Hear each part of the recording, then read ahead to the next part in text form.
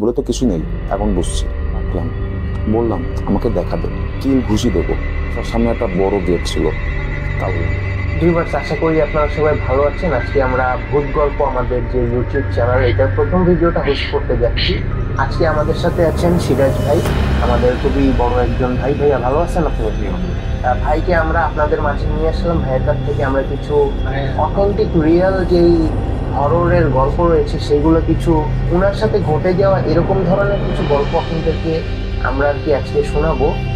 আশা করি আপনাদের অনেক ভালো লাগবে। আর আমাদের যে চ্যানেলটা, এই চ্যানেলে কিন্তু আপনারা প্রতি বৃহস্পতিবার দিন আপনারা রাত 9টা থেকে 10টা এর মধ্যে কিন্তু আমাদের ভিডিওগুলো পেয়ে যাবেন।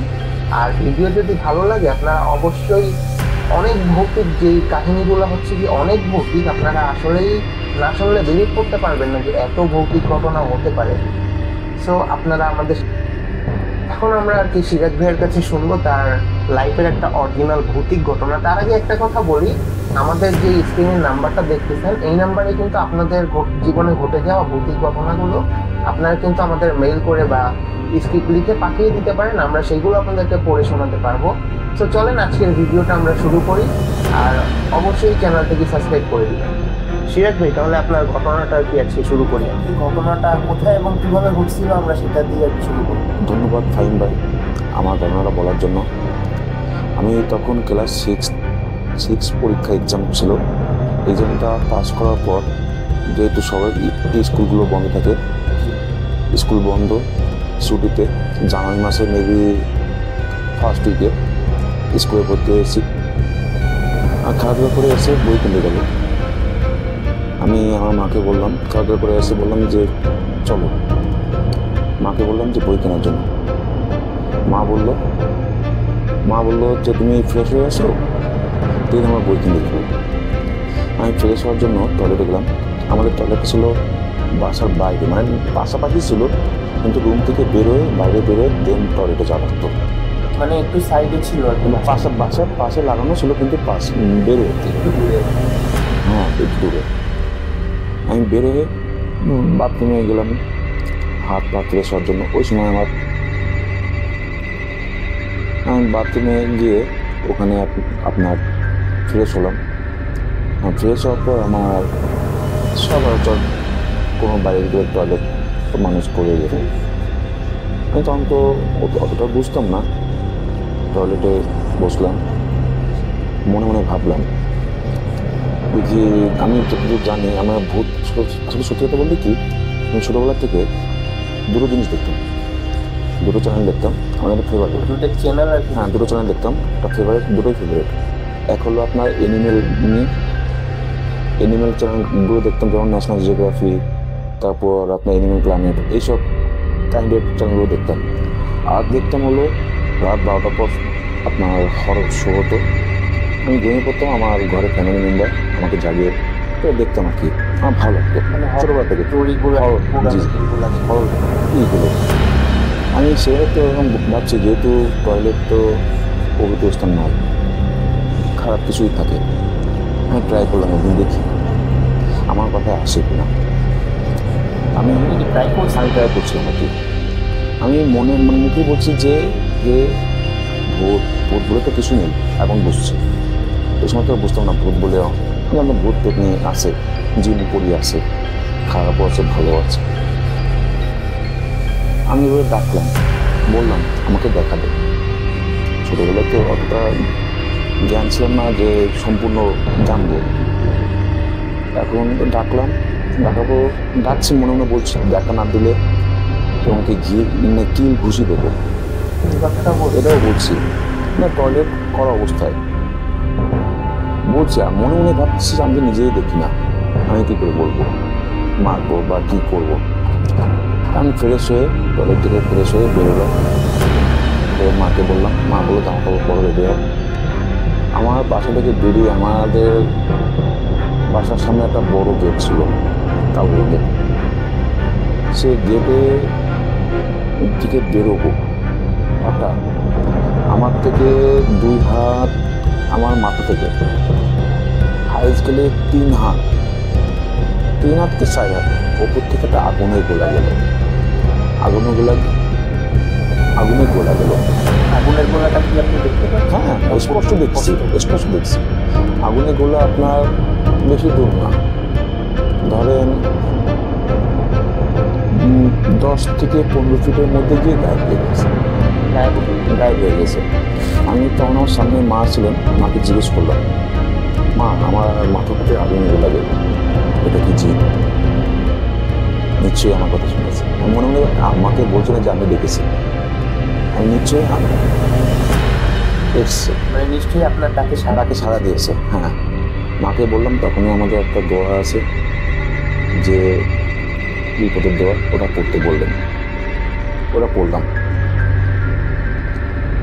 এইটা যখন হচ্ছিল তখন কি আপনি কোনো সাউন্ড বা কোনো কিছু আসলে সাউন্ড বলতে কি, সাউন্ড দেখিনি, আমি স্পষ্ট করে দেখছি যে কষ্ট আপনার সামনে আমার চোখের সামনে জাস্ট উপরে উঠালাম, দেখলাম যে একটা আগুনের গোলা 10-15 ফিট পর্যন্ত গিয়ে গায়েব হয়ে গেছে, একদম গায়েব। আমি মাকে দেখাবো সেই সময়টাও পেল না। এছাড়া আরো অনেক ঘটনা। তো দর্শকবৃন্দ, আমরা কিন্তু ভাইয়ের লাইফের যে ঘটে যাওয়া সেরা ঘটনাটি কিন্তু শুনে নিলাম। ভাইয়ের লাইফের প্রথম ঘটনা আর কি এইটা ভাই আমাদের সাথে এক্সপ্লেন করলো। এরপরে কিন্তু আরো কিছু ঘটনা রয়েছে ভাইয়ের কাছে, যেগুলো তার জীবনে আর কি ঘটে গেছে সচরাচর কিছু আগে কিছু পরে। তা আমরা আর কি সেই ঘটনাগুলো এখন দ্বিতীয় ঘটনাটাও ভাইয়ের কাছ থেকে শোনার চেষ্টা করব। সো আপনারা সবাই সাথে থাকবেন। চলেন ভাই, আপনার দ্বিতীয় ঘটনাটা আর কি শুরু করবেন। আমার দ্বিতীয় ঘটনাটা হলো আমার ফ্রেন্ডকে নিয়ে। এছাড়াও আরও এক ঘটনা আছে, আপনাকে বলছি। এক দাদিকে নিয়ে, নানি বলেছিলেন, নানিকে নিয়ে। ছোটোবেলায় আমার জানতাম আমাদের এলাকায় এক ফ্রেন্ডের নানি ছিল, বেশ মুরব্বী ছিল। শুনলাম তার ঘাড়ে নাকি 17টা জিন আছে। 17টা? হ্যাঁ, শুধু মুসলিম তা না, হিন্দুও ছিলেন, 2-3 জন, মানে 3-4 জন অন্য ধর্মে ছিলেন। ম্যাক্সিমাম বলতে কি গোটা কয়েকজন অন্য ধর্মে ছিলেন, আর ম্যাক্সিমাম মুসলিম ছিলেন। উনি কি বুঝতে পারতেন? উনি জানতেন, ওনার ফ্যামিলি সবাই জানতেন, আমরাও জানতাম, কোনো সময় ট্রাই করিনি। একদিন ছোটো মানে ওরকম 6-7 বা 8-এ পড়তাম ওই সময়, ঘটনা। আমার 2 ফ্রেন্ড ছিলাম, একদিন বললাম চল ট্রাই করি আসলে আসে কিনা। তখন এখন তো ওই সময় আসলে কি আপনি এটা ট্রাই করতে চেয়েছিলেন? কি আসছিল? হ্যাঁ, অবশ্যই অবশ্যই আসছিল। আপনি শুনুন, সম্পূর্ণ শুনুন। আমরা দুজন করলাম, মনস্থ করলাম যে আজকে বলবো। সে সবসময় শাড়ি পরে থাকতো, বেশি একটু মানে নানি তো বুঝতে পারছেন, একটু ওল্ড ছিলেন। আপনার নানির বয়স এই সময় কেমন? আমার নানি আমার ফ্রেন্ডের নানি আর কি। ওই সময় ধরেন মেবি 50-60 আপ, 50 কি 60 আপ, 50 কি 60 আপ এরকম হবে। আপনার 2 বন্ধু মিলে গেলাম, মনস্থ করলাম। সে শাড়ি পরতেন সবসময়। আপনি একটা জিনিস বিশ্বাস করেন, শাড়ি পরে কিন্তু শাড়ি উঁচু না করে বেশি দৌড়ানো যায়। আমরা তো নিয়ে আনছিলাম, যখন বললাম মানে তোমার ঘরে কিছু আছে, আপনার নানির কাছে? হ্যাঁ, নানির কাছে দূরে গিয়েছিলাম, গিয়ে জিজ্ঞেস করলাম মানে তোমার ঘরে কি জিন আছে।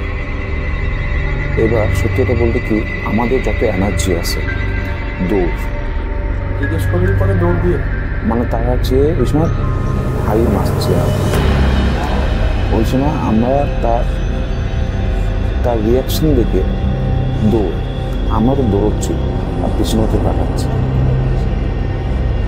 সে দেখি আমাদের থেকে 2 থেকে 3 হাত দূরত্ব। তাহলে বোঝো দৌড়াচ্ছে, উনিও দৌড়াচ্ছে। আপনারা যেরকম দৌড়াচ্ছেন উনি পড়ছেও দ্রুত দৌড়াচ্ছে, মানে দৌড়াচ্ছে আমার থেকে, আমাদের থেকে 2 থেকে 3 হাত দূরে। হ্যাঁ, পেলে আমাদেরকে মার বা কিছু একটা করবে। সেই যে গেটে মানে আগে ঘটনা যে বললাম যে আমরা গেট, ওই গেটের পার হয়ে 2 পাশে 2 জন চলে গেলাম। ওই দিনকার আল্লাহর অশেষ রহমত, তার কাছে আমার ধরা খায়নি। হ্যাঁ, নিশ্চয়ই আমাদের তো মেরে ফেলতে পারতো না, কিন্তু আমাদের যে কোনো একটা ক্ষতি করে ফেলতো আর কি। ওই দিনকার আমার সেদিনকে বেরিয়েছিলাম, আপনার মনে করেন দুপুর 11 থেকে 12টা কি 1টা পর্যন্ত মধ্যে ঘন্টা করছে। হ্যাঁ, এদিনকে আমার দুজনই কেউ আর এলাকায় আর ঢুকিনি, সারাদিন আর কেউ আসে? সারাদিন আর এলাকায় ঢুকিনি, দুপুরেও খাওয়া দাওয়া করিনি, বাইরে ঘুরছিলাম কখন শান্ত হবে। ঠিক সন্ধ্যার পরে মেবি এসার আগে, সন্ধ্যার পরে ওই সময় লোকাল বাসন আসছে। আর নেক্সট টাইমে আর কোনো সময় তাকে বলিনি, কেন ওখানে আমাদের শিক্ষা হয়ে গেছে একজন মুরব্বী মানুষকে এত দোয়াতে পারে। হ্যাঁ, এছাড়া তার মেয়েরা অনেক, তাদের সাথে অনেক ঘটনা ঘটছে, এসব জিনিস বলে না। ওপর তার মেয়েরা জানে আসলে অনেক কিছু ঘটছে, সব তো আর এক্সপোজ করে না। আমাদের এলাকায় যতটুকু সম্ভব এক্সপোজ সব কিছু করে না। আরও ঘটনা আছে, যেমন এসেই প্রায় ধরেন 1-2 বছরের মধ্যেই আমাদের বাড়িওয়ালা ছিলেন, তার ছেলে আমাদের থেকে ধরেন 10 বছরের, 5-10 বছরের বড় হবে। তো আমার তখন আরও মেয়ে ছোটো ছিলাম, 4-5 মেয়ে পড়তাম। যখন আপনি 4-5 পড়তাম, এটা পরিঘটনা। সেই ভাইয়া,